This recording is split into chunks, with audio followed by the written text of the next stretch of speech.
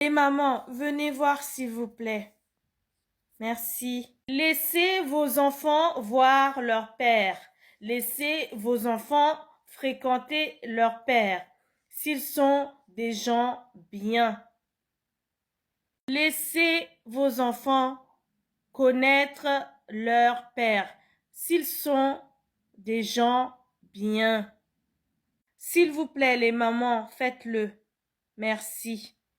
Peu importe qui ils sont, peu importe ce qu'ils n'avaient pas fait, ce qu'ils n'ont pas fait, peu importe ce qu'il s'est passé entre vous deux, peu importe ce qui s'était passé entre vous deux.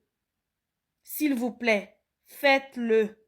Laissez les enfants aller vers leurs parents, leur père. Les mamans, c'est à vous que je m'adresse. Merci.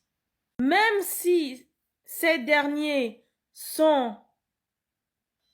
étaient irresponsables, laissez les enfants aller vers leur père, les fréquenter, les connaître.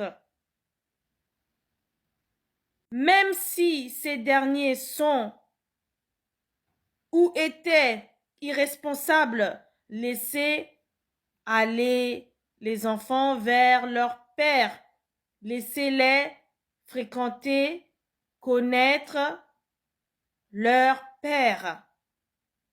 C'est important, s'il vous plaît. Un parent restera et sera toujours un parent. Une mère est et restera toujours une mère. Un père est et restera toujours un père. Peu importe les circonstances, peu importe les situations, peu importe les épreuves, peu importe ce qui se passe dans cette vie. Oui, c'est vrai, on ne choisit pas ses parents. Personne n'a choisi ses parents dans ce monde.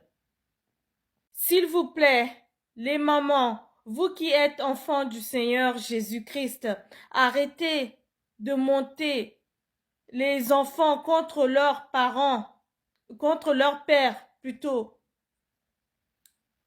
parce qu'ils sont ou ils étaient irresponsables. Merci.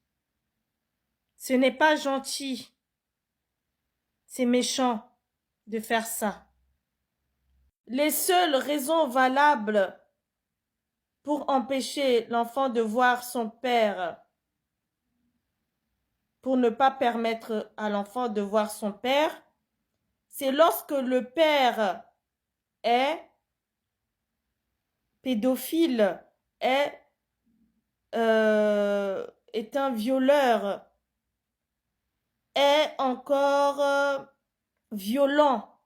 C'est pour ces raisons-là que vous pouvez empêcher l'enfant de voir son père. Mais si le père est correct malgré son manque de responsabilité, mais pourquoi empêcher l'enfant de voir son père?